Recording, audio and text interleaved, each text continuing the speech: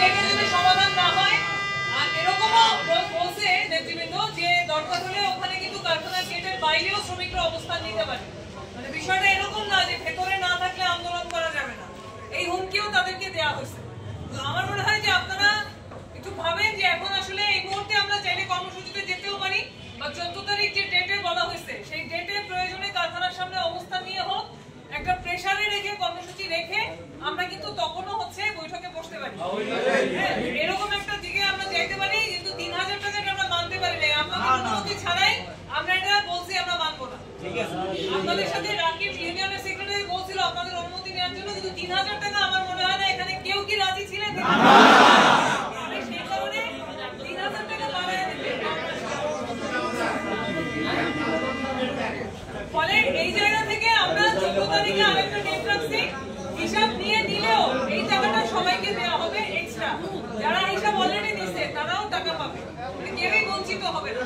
ঠিক আছে, এইভাবে তারা দিবে, যেটাই দিক সেটা আরেকটা ডেট রাখা হয়েছে। প্রয়োজনে সেই ডেটে আমরা কর্মসূচি করে তারপরে আমরা সেখানে টাকার বিষয়ে বৈঠক করতে পারি। ঠিক আছে, তো সেইভাবে আমার মনে হয় যে আগামী দিনে আমাদের নেতৃত্ব আছে, তারাও কথা বলবেন, নাসিরাতরা আছে, ফয়সাল আছে।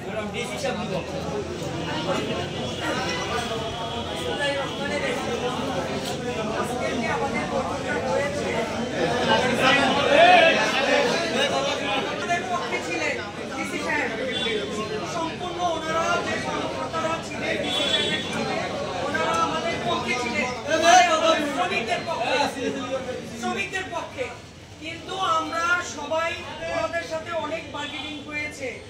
ওনারা 1000 টাকা থেকে শুরু করেছে, যেটা আমাদের অতিরিক্ত ক্ষয়ক্ষতির জন্য আমরা একটা সম্মানজনক হিসাব চেয়েছিলাম তাদের কাছে।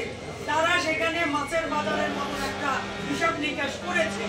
1000 টাকা থেকে শুরু করেছে, 1000, 2000, লাস্ট এসেছে 3000।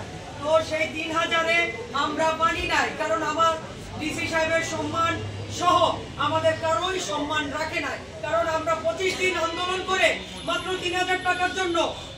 তাই কি হয়? অতএব আমরা বলেছি যে আরেকটা ডেট দেন ডিসি মহোদয়কে। উনি বলছে ঠিক আছে আপনারা আরেকটা ডেট দিয়ে দেন। এখন ওই যদি 14 তারিখ আমরা ডেট দিয়েছি, 14 তারিখ যদি না মানে, এর আগে আমরা বলি আমরা কিন্তু লাস্ট 50,000 টাকার মতন একটা অ্যামাউন্ট বলেছি তাদেরকে। এখন যদি তারা সেটাও যদি না মানে, তাহলে আবারও আমাদের ওই ডেটে যে দাঁড়াতে হবে এবং আপনারা সবাই রাজি তো? ইনশাআল্লাহ তাহলে 14 তারিখ তারা যদি আমাদের এই 50,000 টাকার অ্যামাউন্টও যদি না মানে, তাহলে আমরা আবার কারখানা বন্ধ করে দেব এবং গেটে আমরা আবার আন্দোলন করব।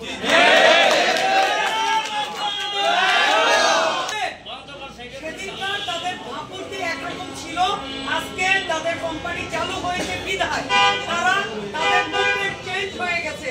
এই জন্য আমাদের উচিত আমাদের দাবি না মানা পর্যন্ত আমরা 14 তারিখ থেকে আবার আন্দোলনে যাব।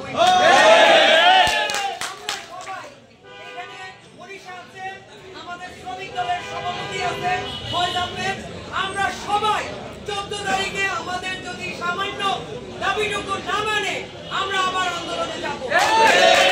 সবাইকে সেই আন্দোলনে আহ্বান রেখে আমি আমার বক্তব্য শেষ করছি। আল্লাহ হাফেজ।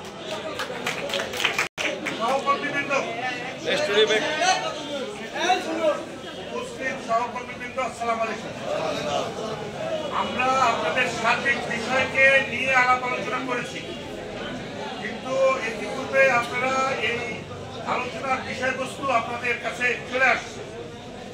আমরা মনে করি যে আমাদের সাথে সেই দিনের যে আলাপ আলোচনা হয়েছিল এবং আজকের আলাপ আলোচনা, এটা হলো ভদ্রলোকের যে কমিটমেন্ট, সেই কমিটমেন্টটাকে ভঙ্গ করা। এবং আমরা প্রশাসনের সকলকে বুঝাতে সক্ষম হয়েছি যে এটা কি, আমরা এই মানবিকতা তো চাইনি। 1000, 2000, 3000 তো মানবিকতা আমরা চাইনি। আমি আলোচনায় একটা পর্যায়ে আমি বলেছি, শ্রমিকের পেটে ক্ষুধা, আপনারা কত রক্ত নিতে চান, শ্রমিকরা সেই রক্ত দেওয়ার জন্য ব্যস্ত আছে। এক একজনের শরীর থেকে কয় পাউন্ড করে রক্ত নেবে। আমরা সেই রক্ত দেওয়ার জন্য প্রস্তুত আছি। আলোচনার একটা পর্যায়ে আমি এই কথাটা বলেছি। উপস্থিত বন্ধুরা, আমরা এটাকে ছেড়ে দেব না। আমাদের আন্দোলন ছিল, আমাদের আন্দোলন আছে, আন্দোলন চলবে। আমরা 14 তারিখের যে কথা বলা হয়েছে, সেই 14 তারিখে যদি আমাদের বৈঠকে কোনো সমাপ্তি না হয়, এই যে আলাপ আলোচনার যদি একটা শান্তিপূর্ণ সমাধান না হয়, তাহলে পরবর্তী 14 তারিখে আমরা কর্মসূচি গ্রহণ করতে বাধ্য হচ্ছি। তার কারণ হলো আমরা শান্তিতে বিশ্বাসী, আমরা ভদ্রলোকী কমিটমেন্টে বিশ্বাসী। আমাদেরকে ভদ্রলোকী কমিটমেন্ট দেওয়া হয়েছিল যে মানবিক বিষয়টা বিবেচনা করা হবে, কিন্তু আজকে যে জিনিসটা দেখলাম তার উল্টো দিকটা দেখলাম। একটা কর্মচারী 3,000 টাকা বা 2,000 বা 1,000 টাকা পাওয়ার জন্য ওখানে আন্দোলন করতে চায়নি। একজন কর্মচারী তার দাবি আদায় করেন, চাকরি ফেরত পাওয়ার জন্য ওখানে গেছে। সেটা 1,000, 2,000, 3,000 বিষয় না। তাই আমি সকলকে অনুরোধ করবো শান্তিপূর্ণ অবস্থান বজায় রাখার জন্য, এবং শান্তিপূর্ণ অবস্থান বজায় রেখে আমরা যেরকম অহিংস আন্দোলন আগে করেছি, আমরা 14 তারিখে আলাপ আলোচনায় যদি সন্তোষজনক কোনো নিষ্পত্তি না হয়, তাহলে আমরা 14 তারিখের পরে আমরা শক্তিশালী আন্দোলনের দিকে যেতে আমাদের বাধ্য মালিক আমাদেরকে সেই আন্দোলনের দিকে নিয়ে যাচ্ছে। কারণ আমরা আন্দোলনে যেতে চাই নাই, আমরা সামান্য একটু সমাধান চেয়েছিলাম। আমাদের দিদি বলছিলেন যে 20 কোটি দিতে পারে, যে আর 4 কোটি দিতে সমস্যা নেই, তাহলে এটা তো কোনো ব্যাপার না।